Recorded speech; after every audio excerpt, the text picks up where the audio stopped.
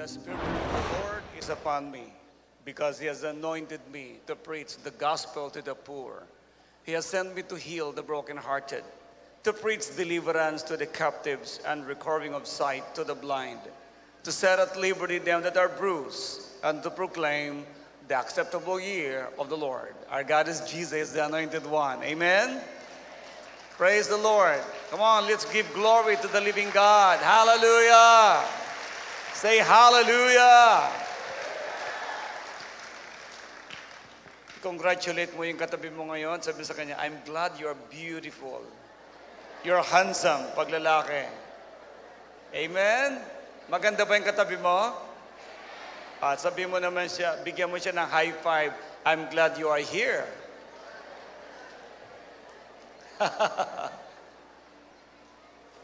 Amen. Good morning.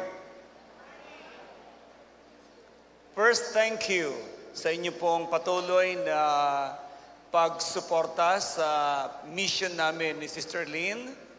Galing po niyo po lingkod sa Australia at ang Diyos ay napakabuti. Nakita nila ang kakaibang kapangyarihan ng ating Diyos. At I remember, pagdating ko doon, Tuesday afternoon, ang sabi ni Pastor Angie, yung assigned pong pastor natin doon sa Adelaide, Australia, Bishop Art, mayroon pong isang pamilya magpapapray over. At sila ay problemado dahil lahat sila may sakit. Sabi ko, okay. Yung anak po ay ooperahan na sa mata dahil mabubulag. Sige. Then we meet. Tinanong ko lang sila, are you a born-again Christian? Ang sabi niya sa akin, hindi po. Okay, hindi ko kayo pagpipray pag hindi nyo tatanggapin ang Panginoon Kristo sapagkat siya lang ang manggagamot, siya ang deliverer, siya ang healer, siya ang savior. Then nakinig sila sa sinabi ko. After that, they were touched by the Lord, they accepted the Lord Jesus Christ as their Lord and personal Savior. Then, I begin to pray. Ang una kong pinag-pray yung mother. Nako, 3 kaluluwa ang sapi. Kaya pala, punong-puno siya ng sakit karamdaman. 3 po ang nakagarga sa kanya. Isa po niyang, ang kanya pong mother, father, at saka lola. To cut this story short, nakaranas ng kalayaan yung kapatid natin na yun. Sumunod ko naman pinag-pray yung anak. Yung mabubulag na. Nagulat ako, ang kanya pong anak ay sinapian ng isang bata, kaluluwa ng isang bata, 8 years old, na pinatay. At itinapon doon sa likuran ng kanila pong bahay dahil yun ay bangin. Then, sa pag-interrogate ko doon sa bata, sa espiritu ng bata na yon, ang sabi niya sa akin, kaya ako sumapis sa taong ito kay Pam sapagkat gusto ko pa pong mabuhay. Of course, patay na po ang kanya pong katawan. Tinanong ko, sino pang pumatay sa'yo? Biglang umiyak yung bata, sabi nila, walang awa sila sa akin, piniringan ako, pagkatapos dinala lang ako sa tabi ng kalsada, then pinatay na po ako. Bakit? Nasaan ang magulang mo? Ang mother ko po ay hindi ko na po nakita. Ang father ko naman ay si Roger, wala din po. Then pinatay lang siya. Anong ginawa sa'yo? Binulag ang kanyang isang mata tapos itinapon at lalong nasira yung kanyang mata na yon. To cut the story short, ang kaluluwa na yon ay sumapi dito kay Pam. Kaya pala itong si Pam ay hindi halos makakita ang kanyang kaliwang mata. Then, after that, yung bata na yon, kaluluwa ng bata ay pinatanggap natin kay Jesus at kinuha siya ng Panginoon. After that, nagulat po kaming lahat sapagkat yung pong mata ni Pam ay bigla pong gumaling. Biglang nakakita. Pumunta siya sa doktor, which is naka-schedule siyang operahan ng Thursday. Tuesday pinag-pray. Thursday, pumunta sa doktor, nagulat ang doktor, wala ni katiting na bleeding yung kanya pong mata. Pinagaling instantly ng ating Diyos. Ito po ay nabalita ng maraming mga tao sa lugar ng Australia. At puri ng Diyos, sumunod na mga araw, nagpa-pray ang mga tao, puro kargado. Buong pamilya na yon ay kargado ng iba't ibang spirito, demonyo at kaluluwa. To cut the story short, nakakilala ang buong pamilya na yon, umugong ang balita sa Australia, ngayon po, ang dami pong dumadalo, nakakilala sa ating Diyos, nagpupuri sa Diyos na buhay. Dahil ang J1 Church, ang kanyang sinasambang Diyos, ay Diyos ng himala, Diyos na gumagawa ng milagro sa lahat ng sumasampalatay sa Kanya. Amen? At marami pa pong testimony po sa lugar na yon dahil halos lahat po ng pinag-pray ko sa lugar na yon ay meron pong sapi na kung hindi kaluluwa ay demonyo at mga mangkukulam. Pagkagaling ko po doon ay umuwi lang sandali at sinundo si Sister Lynn para kami magmisyon naman sa lugar ng Europa. At purihin ng Panginoon. Maraming milagro ang ginawa ng Diyos sa London, sa UK. Then pumunta kami naman ng Rome. Ang dami-daming milagro ang ginawa ng Diyos. Nagulat ang maraming tao sapagkat, wow!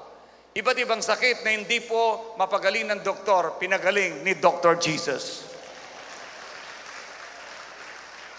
Ganon din ang nangyari sa lugar ng Netherlands, sa Amsterdam. Napakaraming milagro hanggang sa lugar ng Milan. Alam nyo, kung isusulat ko ang lahat ng mga milagrong ginawa ng Diyos, ay isa na muling makapal na libro. Isang bagay ang lagi kong ipinagsisigawan sa buong mundo. Ang Diyos na ating sinasamba na si Jesucristo ay hindi nagbabago kahapon, ngayon, at magpakailanman. Mapalad yung mga tao ng kanilang puso ay may pananampalataya sa ating Diyos. Mapalad yung mga tao na ang kanilang puso ay bukas para pagharing lubos si Jesus sa kanila po mga buhay. Mga minamahal, ang himala na yon ay na-perform dahil sa sama-sama nating panalangin, sa inyong pagsama sa inyong pong lingkod, at laging pinagpipray niyo pong lingkod para patuloy na magamit kami sa ikalalayan ng maraming tao at ikaliligtas ng napakaraming tao bago dumating ang ating pong Panginoong Jesucristo. Everybody say, Jesus is alive. Amen. At alam nating lahat na kapag isang tao po hindi na born again, hindi siya papasok kailanman sa karyan ng langit. Dahil yon ang standard na inilagay ng Diyos sa Biblia.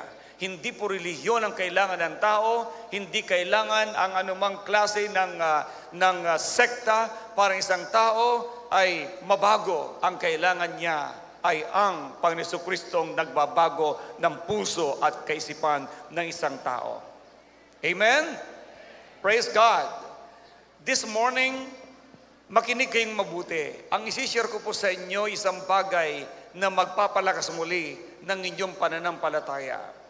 Open your Bible please. Dito sa aklat ng John chapter 2, verse 1 to 11. Ito'y patungkol sa miracles, na miracle na ginawa ni Jesus Christ sa lugar ng Canaan. Let me read it to you in English muna.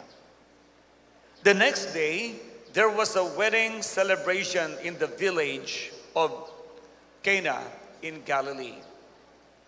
Jesus' mother was there, and Jesus and his disciples were also invited to the celebration. The wine supply ran out during the festivities, so Jesus' mother told him, "They have no more wine." "Dear woman, that's not our problem," Jesus replied. "My time has not yet come." But his mother told the servants, do whatever he tells you. Sabi natin, do whatever he tells you. Standing nearby were 6 stone water jars used for Jewish ceremonial washing. Each could hold 20 to 30 gallons.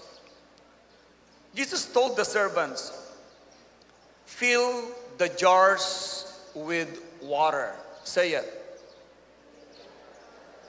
Isa pa. When the jars had been filled, he said, now dip some out and take it to the master of ceremonies. So the servant followed his instruction. Say, followed his instruction. When the master of ceremonies tasted the water that was now wine, not knowing where it had come from, though of course the servant knew, he called the bridegroom over. A host always serves the best wine first. Say, best wine. He said, then when everyone had a lot to drink, he bring out the less expensive wine. But you have kept the best until now. Say it. But you have kept the best until now. Say it again. This miraculous signs of Cana in Galilee was the first time Jesus revealed his glory, and his disciples believed in him. God will be the one to bless his word.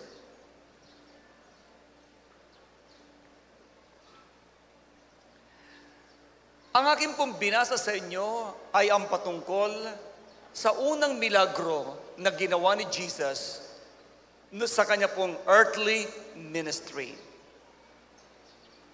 Yung gumawa siya ng himala patungkol sa kailangan doon sa kasalang iyon. Now, ano bang sinisimbolo ng stone jar?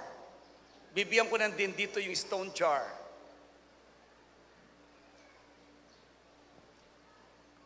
Ang jar noon, lalo tigit yung buong, kung tawagin natin sa panahon ito ay tapayan. Sabihin natin tapayan.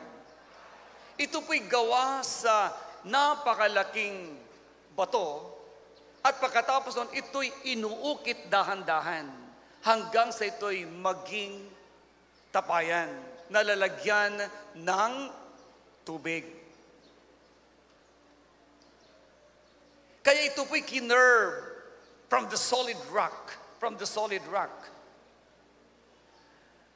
At pagkatapos nun, ito'y patuloy na nilalagyan ng tubig ng mga to. Mag-isa panahon natin ito, pero ngayon ang mga tapayan natin ay gawa po sa putik. Di ba? Pero in the Old Testament and in the New Testament, during the time of Jesus, ito po'y gawa sa napakalaking solid rock. I remember, meron pong kwento sa Biblia na nung ang mga Israelites ay dinala at inilabas ni Moses mula sa Egypt. Dinala niya ito sa Promised Land. Ngunit hindi sila nakarating sa Promised Land. Dumating yung panahon na ang naturang Israelites na ipinakita ng Diyos sa kanila ang milagro para sila'y maniwala sa Diyos ni Moses. Hinati niya ang dagat na pula nung sinabi ni Moses, Lord, anong gagawin namin? Hinahabol kami ng mga Egyptian. Papatayin kami. Ang aming pong kanan ay bulubundukin, ang aming pong kaliwa ay puro kagubatan. Ang aming harap naman ay ang napakalawak na dagat na pula. Anong gagawin ko? Nagrereklamo ang mga tao, umiyak sila. Nang sinasabi nila, Moses, inilabas mo ba kami dito? sa Egypt para lamang kami patayin dito sa ilang. Then, sabi ng Diyos kay Moses, nung ito inireport, Lord, anong gagawin ko? Sabi ng Lord sa kanya, iunat mo ang iyong tungkod. Ano bang hawak mo? Tungkod. Iunat mo. At pagkaunat lamang na ganito, ano nangyari? Nahati ang dagat na pula. Ano nangyari? Nahati ang dagat na pula. Minsan ako'y nagbibiro, anong binulong ni Moses? Bakit nahati? Siyempre, hindi natin narinig sa Biblia. Pero ang alam ko noon ay sinabi niya, sea divided by two. Nakalagay, hinati, di ba? Anyway, wala sa Biblia ho yun. Basta nahati. Then, nakadaan ang mga Israelites sa tuyong-tuyong kalsada doon sa karagatan na yon. Hanggang sila nakatawid. After that, nagdiwang ang buong Israelites, nakita ang kapangyarihan ng Diyos. At nung sila naman ay nagutom, nagreklamo uli, Moses, inilabas mo ba kami sa lugar na ito ng Egypt at dalhin sa lugar ng ilang para kami ay patayin sa gutom? Nag-pray si Moses at ang Diyos ay gumawa ng hibala. Pinaulanan niya ang mga Israelites ng mana. Sabi natin muli, mana. Ang pagkain ng langit, ibinaba ng Diyos sa lupa para pakainin ang kanyang mga anak. Grabe palang Diyos.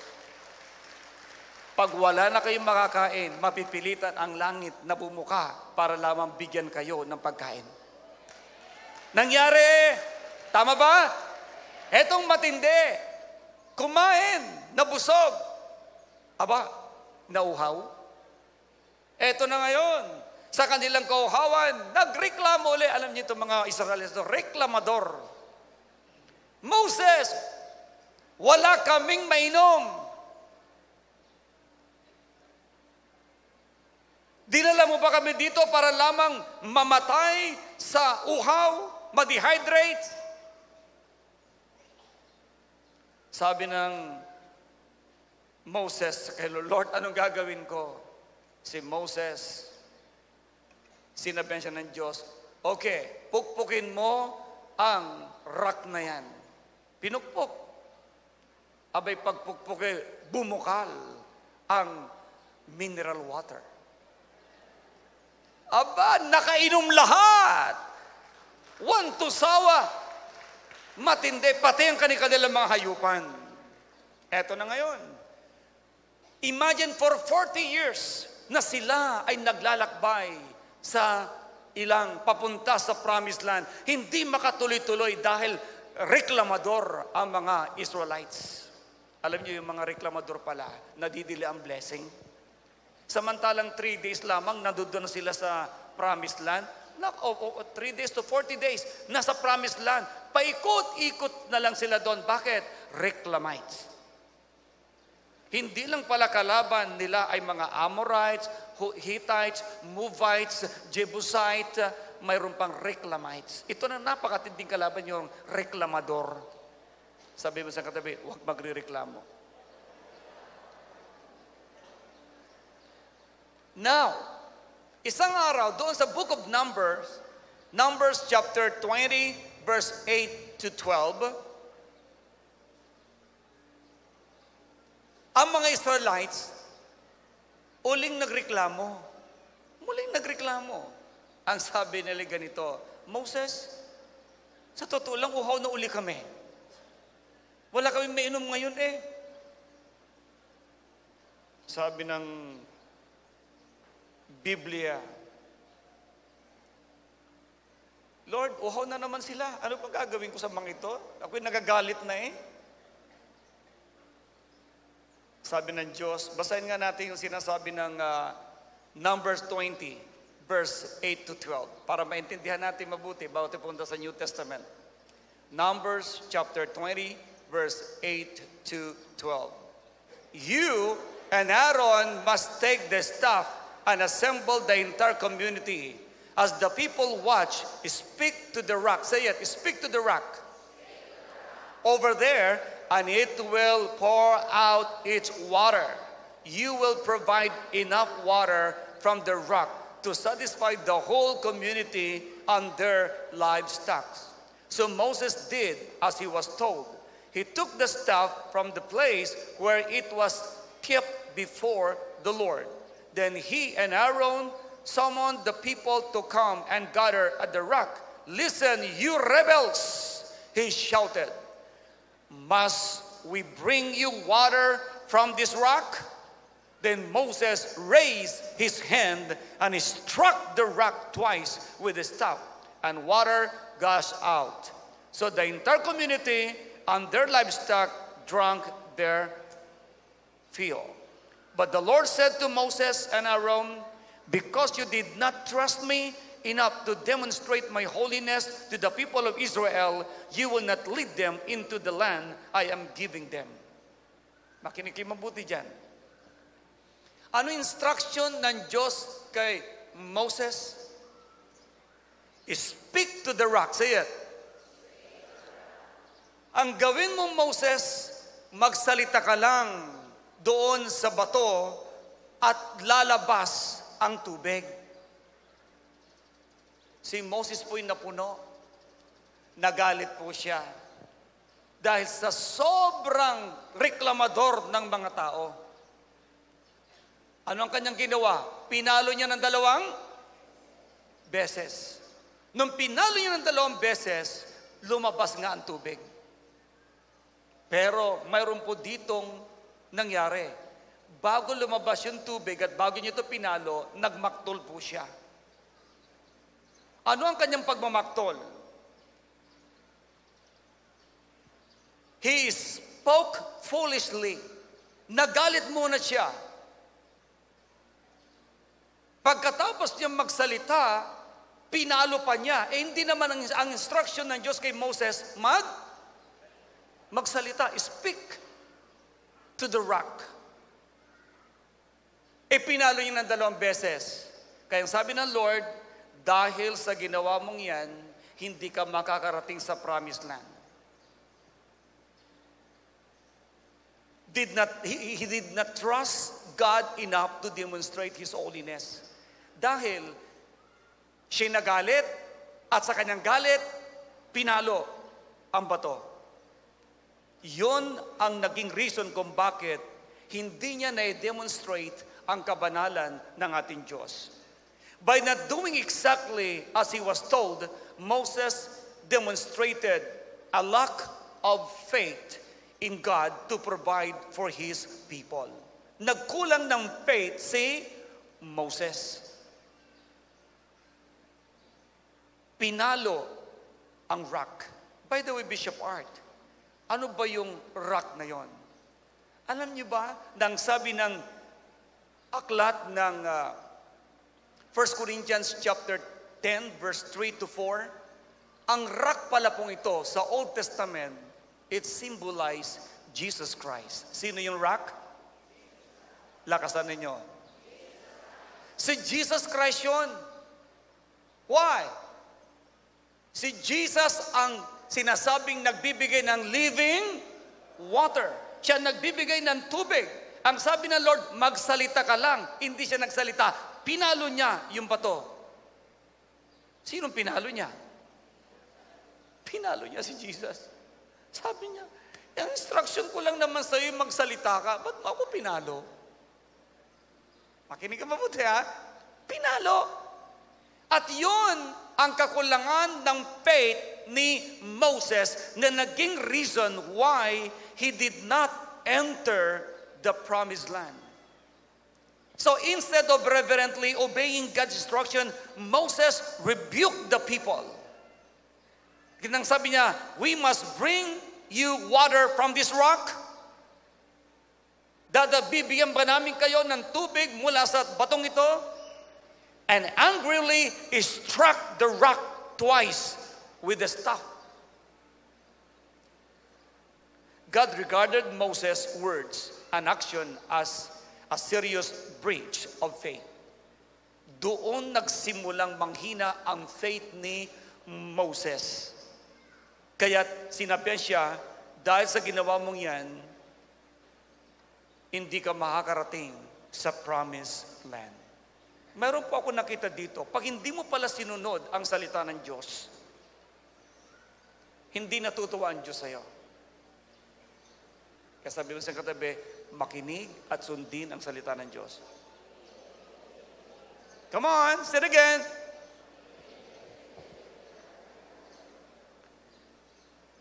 So by not doing exactly as he was told, Moses demonstrated a lack of faith. Nagkulang siya ng pananampalataya. This lack of faith is also apparent in Moses' words to the people. The Lord requires obedience and faith for information. Ang Diyos ay nagre-record siya ng pananampalataya. Kung gusto mo na i-bless ka niya, manampalataya kang lubos sa Kanya at makikita mo ang Kanyang himala. Kaya anything less is an affront or insult in His holy character. Yun ang reason kung bakit hindi siya nakarating sa promised land. Sa serious lack of obedience and faith had the same result as it had earlier. Na ano nangyari? Dahil sa ginawa niya, sorry. Ngayon, sino muli yung rock na yon? Imagine mo, for 40 years na nasa wilderness sila, dumating yung time na sinumok ng Lord ang kanilang faith na wala lang ang tubig. Palagyan natin, isang araw lang na nawala ng tubig. Nagreklamo ang mga tao. Nung pinag-aaralan ko po ito po palang rock na ito na pinanggagalingan ng tubig, habang sila ay naglalakbay, ito rin po pala ay sumasabay sa kanila para sila ay suplayan ng tubig. Sila lang ang may ganong klase ng tubig noong mga panahong yun. Bakit? Habang naglalakad, gumugulong yung rock at sila ay binibigyan ng tubig araw-araw.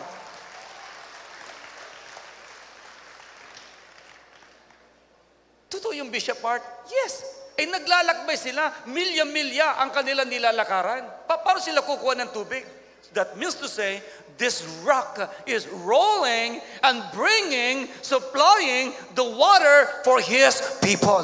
Ganun pala katindi ang Diyos. Kaya pala araw-araw din, tuwing umaga, umuulan ng mana, nag-harvest ang mga tao, kinukuha lang nila sa field, at pagkatapos doon, ang tubig naman from that rock is keep supplying all their needs. Kaya pala, ang sabi ng Diyos, God will supply all your needs according to His riches and glory in Christ Jesus. Ngayon, para makita natin na siya yung rock ngayon, basahin natin ang 1 Corinthians 10 verse 34. All of them ate the same spiritual food, and all of them drank the same spiritual water. For they drank from the spiritual rock that traveled with them. Nakita nyo? Yung spiritual water na yon, yung spiritual rock na yan, he traveled with them, and that rock was Jesus. That rock was Jesus.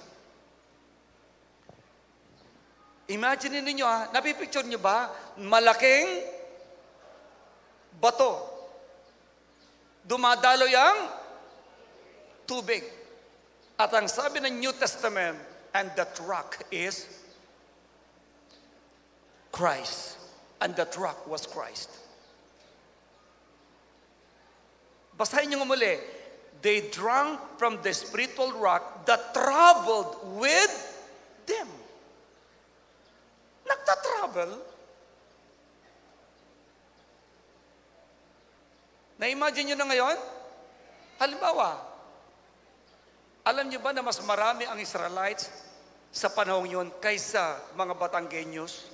Dito po sa Batangas, mahigit lamang tayong, Bukal, ilan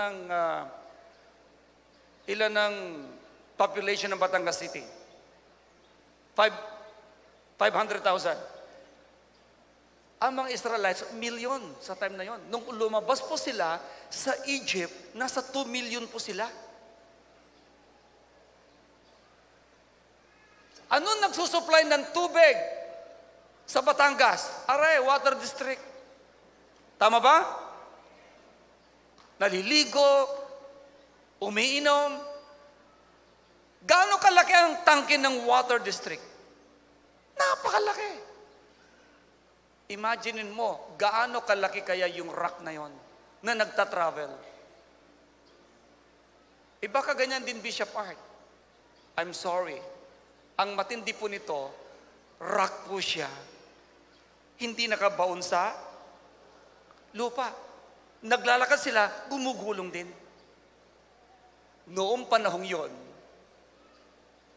sila lang ang mayroong nawasa.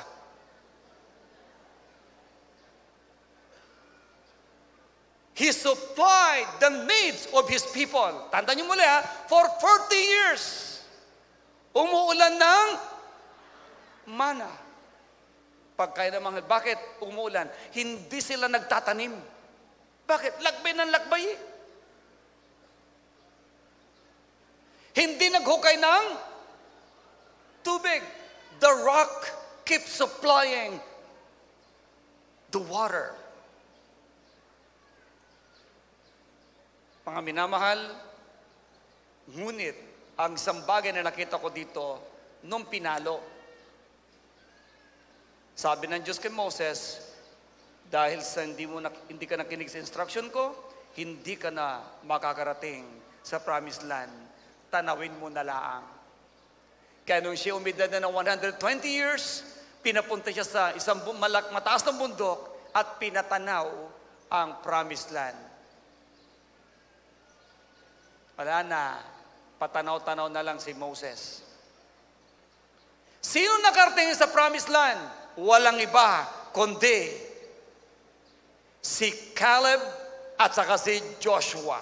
Sabi ng Biblia sa Book of Numbers chapter 32 verse 12, the only exception are Caleb, son of Jephunneh, the Kenizzite, and Joshua, the son of Nun, for they have wholeheartedly followed the Lord. Ang nakarating lang sa promised land, those who wholeheartedly followed the Lord. If you will wholeheartedly follow the Lord, you will reach the promised land. And that is the promised land God gave us, eternal life in heaven. Naintindihan niyo ba yun? Naintindihan niyo ba? Very simple instruction, di ba?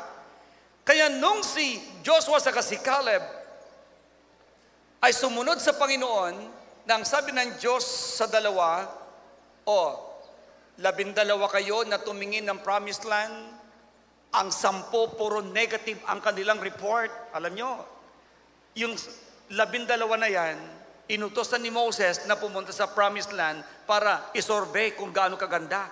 Ang sabi nung 10, nung nag-report kay Moses, Moses, huwag na tayong tumuloy. Bakit? Nakaw, pagkakalaki ng mga tao doon, titirisin lang tayo para lang tayong grasshopper sa kanila. Ang lalaki, puro higante. Si Joshua at si Caleb naman, excited, Moses, grabe, napakaganda ng lupain, napakayaman, tayo na. Sabi ng mga tao kay Moses, Sir, alalahanin ninyo, 10 ang nag-report na ang lalaki daw ng tao, puro negative. Tutuloy pa ba kayo? Idadalawa lang yan nag-report na yan. Susundin nyo ba yung nag-report idadalawa against sa 10? Pangit yung sinabi ng 10. Dapat yun nasundin natin. Lahat ng mga naniwala sa 10 na negative report, hindi nakarating sa promised land. Sabi mo sa katabi, huwag makikinig sa pangit na balita.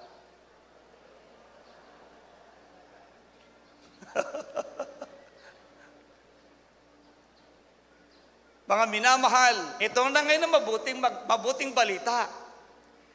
Noong time na yon, si Caleb lamang at si Joshua at ang kanilang pamilya at sumunod na henerasyon nila ang nakarating sa promised land. Now, Bakit meron silang ganon? Because they have faith in the solid rock faith in God. The solid rock faith in God na mayroon si Caleb at si Joshua ang nagdala sa kanila ng tagumpay papunta sa promised land. Solid rock of faith. So in the Old Testament, water came out from the rock. Tatandaan nyo, water came out from the rock.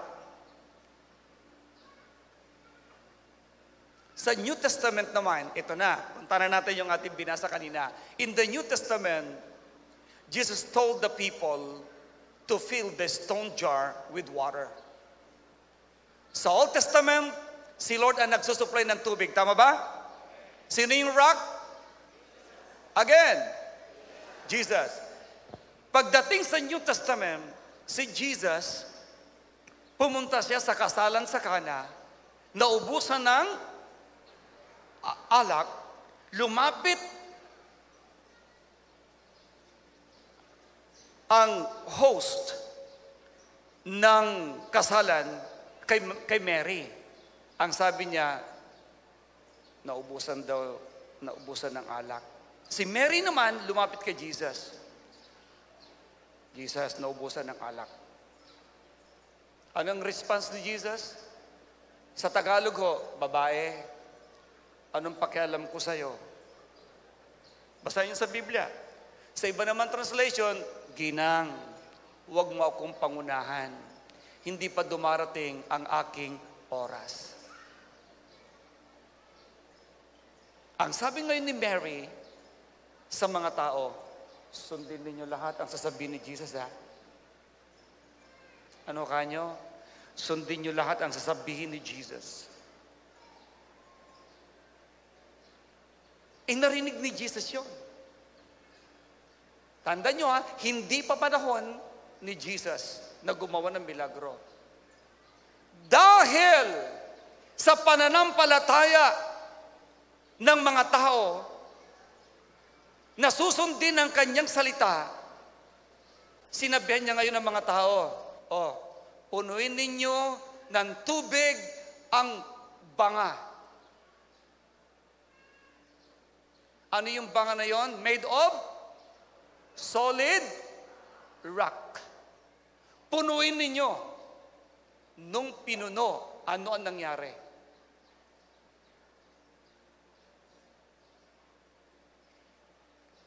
Pinasarok ang mga naglagay ng tubig. Ibinigay sa MC. Ano nangyari? Naging alak. Bago natin puntahan, yung naging alak na yon. Bakit nagmilagro? Una, sinunod ng mga taga-igib ang instruction ni Jesus. Sabi mo sa katabi, sumunod lang. At ano ang pinalagyan? Sabi natin muli, banga. Anong sinisimbolo ng banga na yun? At saan made yung banga na yun? From the solid rock. Dumpong Sabado ng umaga. Ako po ay nananalangin. 2:00 ng madaling araw, nagising na ako dahil po sa jet lag. Ako'y nananalangin and God brought me in this chapter. Ang inimpress ni Lord sa buhay ko sa araw na yon, sa gabing na yon, o madaling araw na yon. Noong Old Testament, siya nagsusupply ng tubig. Nung sa New Testament, sinabi rin niya na, I am the living water. Pero that time, before na gumawa siya ng milagro, the first miracle he did, siya mismo ang nag-utos, lagyan mo ng tubig ang rock. Lagyan mo ng tubig ang banga. Ang inimpress ni Lord sa akin, kapag sinusunod mo pala siya,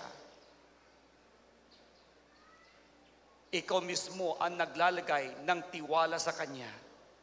At dahil sa pagtitiwala mo sa Kanya, gumagawa siya ng himala.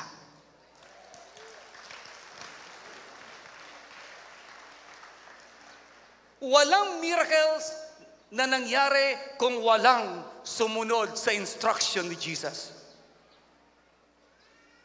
Walang miracles. Sino nangangailan dito ng miracles? Come on! Hallelujah!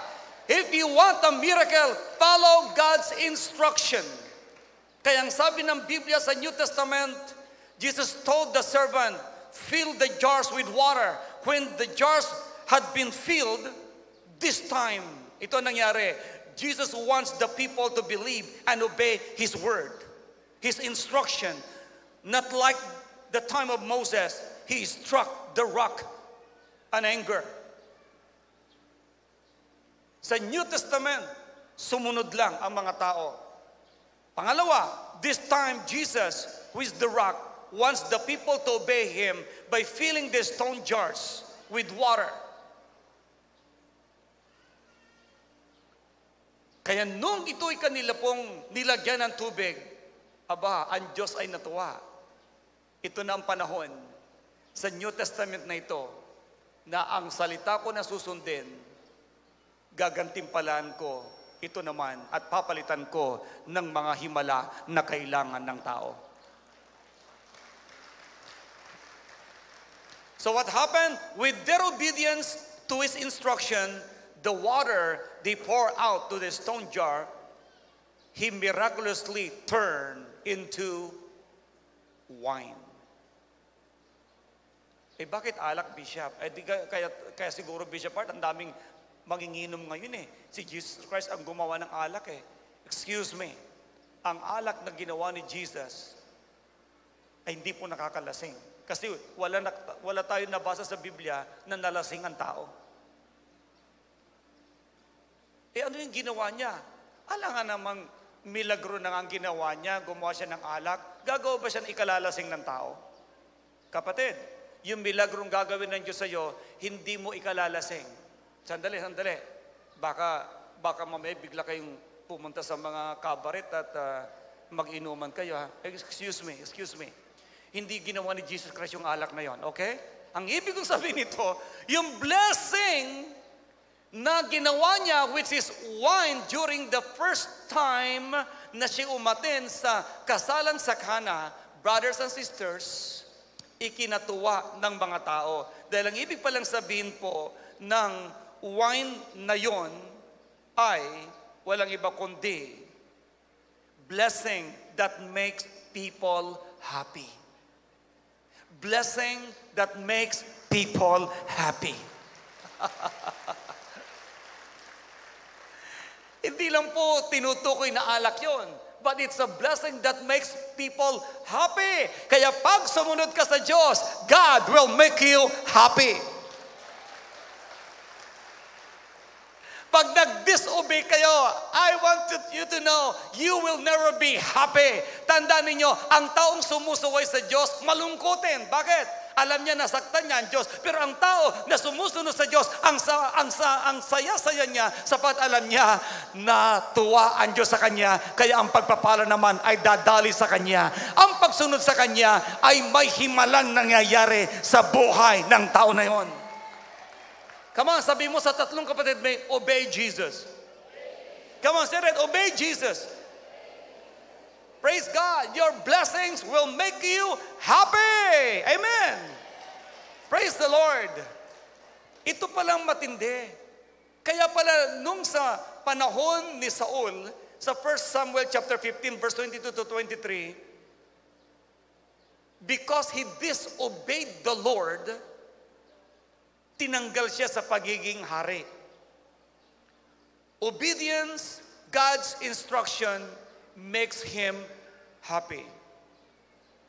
Obeying God's instruction, makes him happy. Sinong gustong pasayahin niyan, ang Diyos?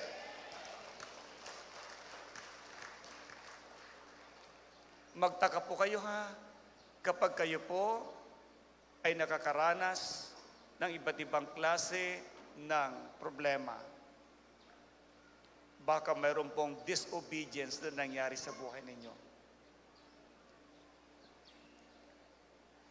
Obedience to His instruction or words make Him happy. But disobedience to His instruction makes Him disappointed. So, Jesus said, now deep out. Tingnan niyo po yung verse 8 ng John chapter 2. Now deep out and take it to the master of ceremonies. So the servant followed his instruction. Tingnan niyo ha. Una, sabi ng Lord sa mga katulong sa kasalan na yon, punuin ng tubig ang tapayan. Pinuno. Another instruction. Sumalok ka ngayon. Sumunod din. Abay pagsalok naging alak. Kung hindi po sila sumalok, hindi magiging alak yun. Tama ba? Pagkatapos nila sumalok, naging alak. So the servant followed the instruction. So their obedience to God's word, miracles happen. Miracles happen. The water turned into wine. Notice, the one who instructed by Jesus are ordinary servant.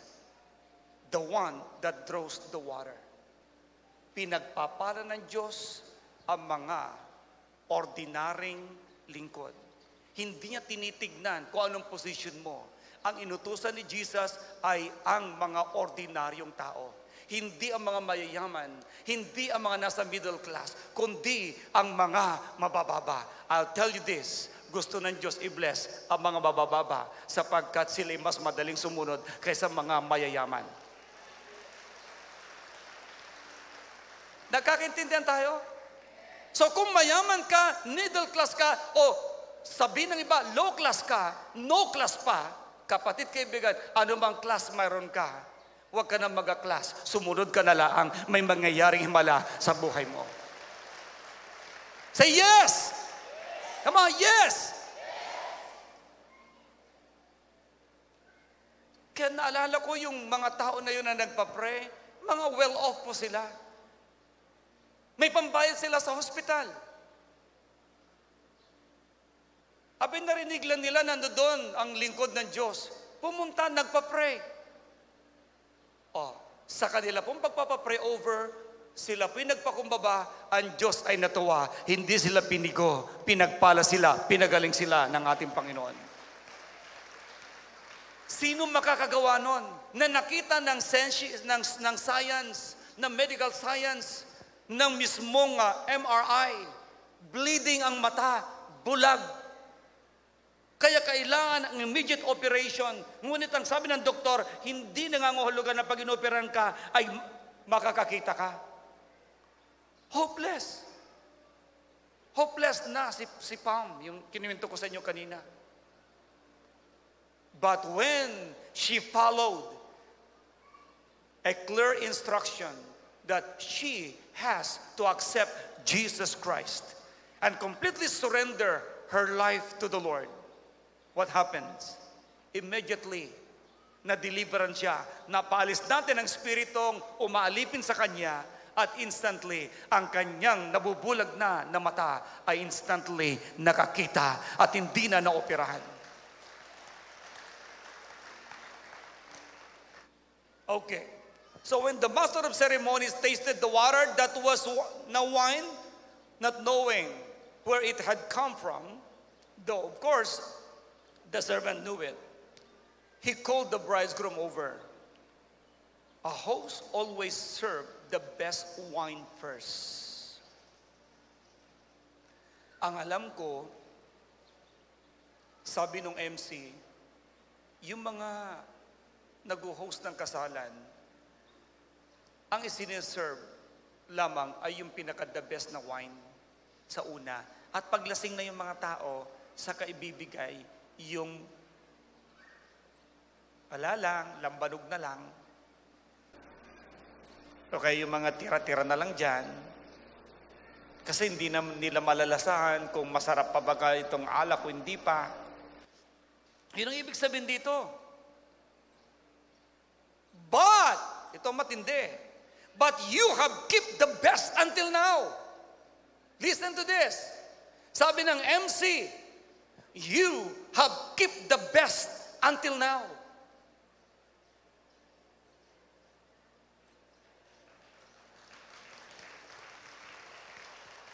You have kept the best until now. Kapag ang tao pala sumusunod sa harapan ng Diyos, you will keep the best until now, up to tomorrow, hanggang sa pangalawang pagbabalik ng ating Panginoon. Kakaiba ang pagpapalan na mararanasan ng lahat ng sumusunod sa Kanya.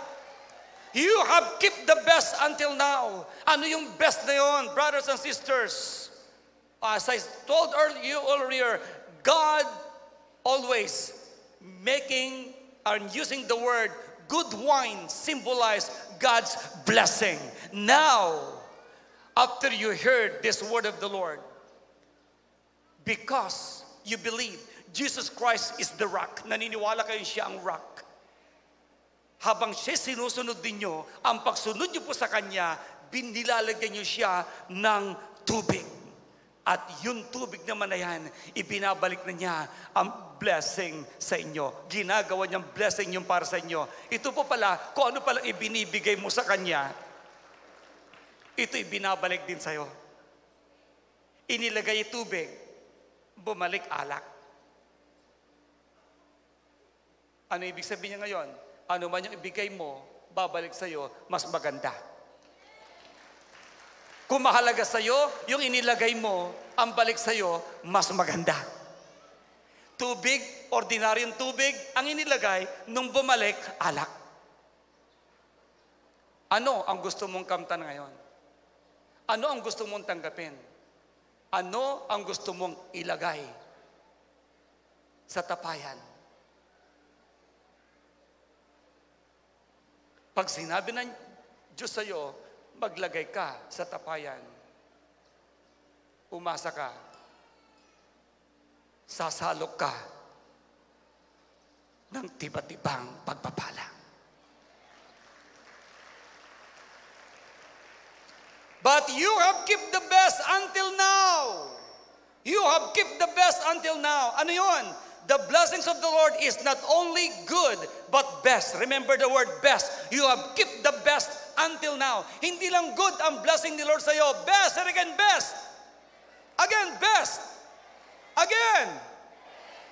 Hindi lang good, best. So blessing of the Lord is not only good, but best. So, keep your best. Ano yung mga best na yan ngayon? Ano bang binigay na ng Diyos sa'yo? Binago ka ba ng Panginoon? Keep your best character.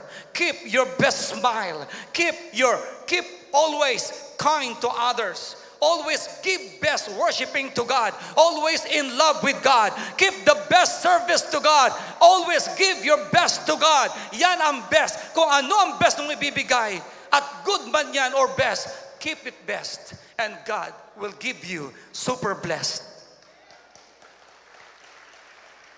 Say yes! Hallelujah!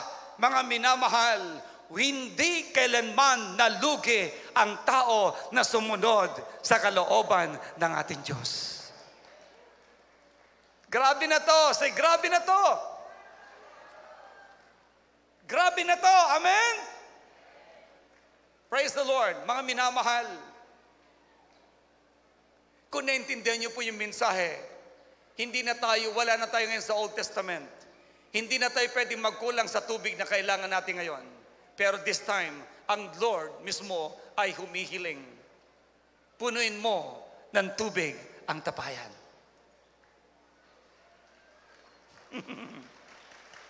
Punuin mo ng tubig ang tapayan. At after mong punuin, sumalo ka. Question, napuno nyo na ba ang tapayan?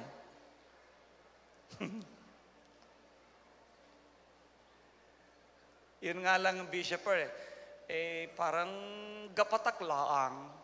ang nailagay, napuno niyo na ba ang tapayan? Ang pagsunod mo sa Diyos, bawat pagsunod mo sa Kanya, ay ang pagbuhos mo ng tubig sa tapayan ng ating Diyos. Sino ang tapayan na yon? Jesus, the solid rock. Say yes. Hallelujah. Thank you. So, this miraculous signs of Cana in Galilee was the first time Jesus revealed His glory. Sa inyo pong pag-ani, pagsalop, i-reveal ng Diyos ang Kanyang kaluwalhatian sa inyo. As I close, don't ever complain on your journey with God. Nag-complain ang mga Israelites sa kanila pong paglalakbay at sa kanilang pagkukomplain. Ano nangyari? Hindi nakarating sa lakasan nyo, promised land. Don't ever complain. Kung daraan man kayo sa iba't ibang pagsubok, huwag magko-complain. Just follow His words and instruction, and He will miraculously bless you and bring you in your wonderful destiny. Maganda ang destinasyon ng mga JA1 people. Sino yon? Sino yon? Praise God. Now, the conclusion. The Bible character shows how they obeyed the Lord. Like Joshua and Caleb, they received and experienced the goodness and beauty of the promised land together with their families. Sinong gusto mabless ang kanyang buong family? Hallelujah. As well with the people in their generation who followed God's instruction. Therefore, in our journey, sa ating pong paglalakbay, as a born-again Christian, we must live according to Jesus' instruction. Sa ating pong paglalakbay, bilang mga taong ipinanganak na muli, sundin natin ang instruction ng ating Panginoon. And as you follow this, the Lord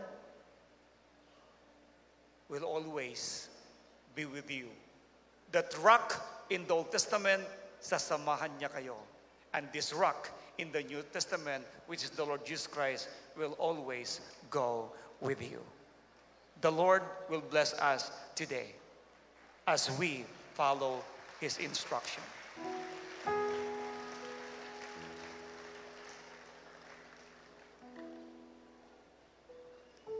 At sabihin natin, mga pangako mong binitawan, panghahawakan ko. Kamay mo sa'kin gumagabay, ang kalakasan ko. Sa'yo lamang, O Diyos, ang buhay ko. Gamitin mo hanggang sa nais mo. Sing with me. Mga pangako mo, binitawan, panghahawakan ko. Kamay mo sa'kin gumagabay, ang kalakasan ko. Sa'yo lamang, O Diyos, ang buhay ko. Sa'yo lamang, O Diyos, ang buhay ko. Gamitin mo hanggang sa nais mo. O Diyos, binawi mo ang pangamba. Kalakasan ko ay hindi mawawala. Mga utos mo ay aking susundin, kahit saan man ako makarating. Come on, tumayo tayong lahat. Mga pangako mong binitawan, panghahawakan ko. Kamay mo sa'kin gumagabay, ang kalakasan ko. Sa'yo lamang, O Diyos, ang buhay ko. Gamitin mo hanggang sa nais mo. Come on, say it again. Lift up your hand. Mga pangako mo binitawan, panghahawakan ko. Kamay mo sa'kin gumagabay, ang kalakasan ko. Sa'yo lamang, O Diyos, ang buhay ko. Gamitin mo hanggang sa nais mo.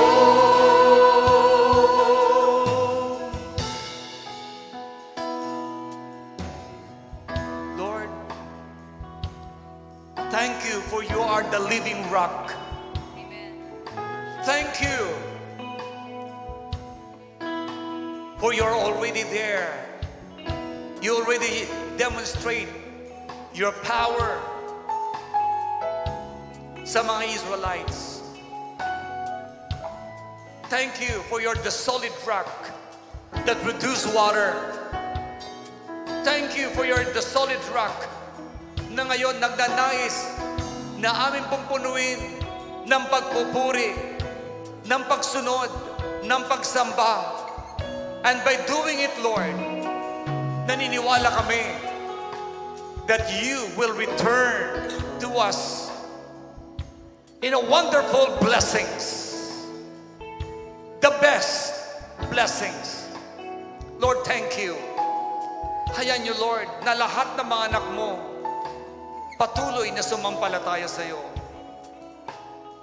Hayaan niyo ng JA1 family members patuloy na magpuri, dakilain ang pangalan mo, na lagi kami maglalagay sa solid rock, sa tapayan na yon, ng anuman nais mo sa pamagitan ng aming pong pagsunod.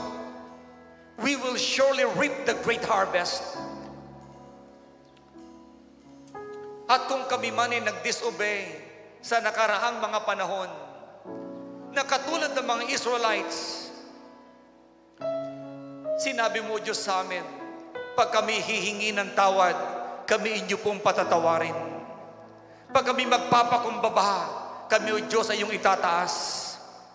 At kapag kami, O Diyos, ay humiling, iyo po kami magbibigyan.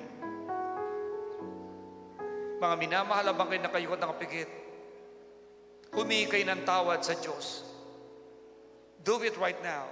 Kung mayroon kayo naging disobedient sa Kanyang mga salita, humingi tayo ng tawad sa Panginoon. Huwag tayo mapatulad sa mga Israelites sa panahon ni Moses, kaya hindi sila nakarating sa promised land because of their disobedience. Ask God's forgiveness right now. Sige, habang kinakapikit, kalimutan mo nasa kaliwat kanan mo. You are here because God loves you.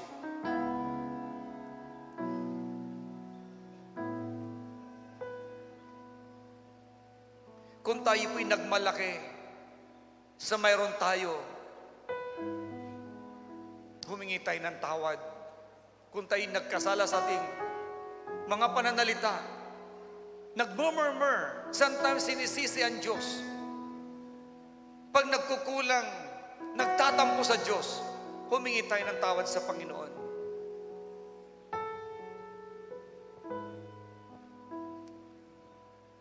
Sabihin natin ang panalangin ito, Panginoong Hesus.